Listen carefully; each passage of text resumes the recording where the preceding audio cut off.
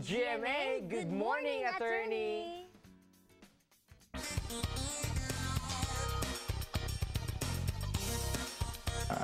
Good morning, Kapuso. Good morning, Western Visayas. Ako si Attorney Ed Halbuna sa Good Morning Attorney Arangkada Legal sa aton programa. May isa kita ka-televiewer nga nagpadala sang iyang concern regarding sa iya pag-occupy sang iyang boarding house sa pulo lang kaadlaw sa sini nga bulan sang December. Iniga pamangkot siya kung pwede ba lang nga 10 days lang ang iya pagabayaran. Ang ma-advise naton sini sa aton televiewer nga ini ang imong kontrata ginatawag naton ini nga i-nominate contract, possibly contract of boarding house and lodging.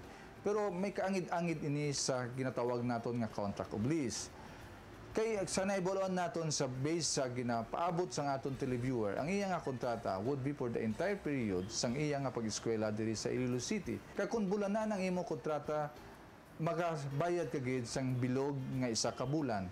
Unless kung may agreement ka mo sang imong tagiya sang boarding house nga pulo lang kaadlaw ang imo bayaran sa December. Kaya ang kontrata usually is a consensual thing, consensual act between the two parties, between sa aton televiewer kag sa aton nga tagiya sang boarding house.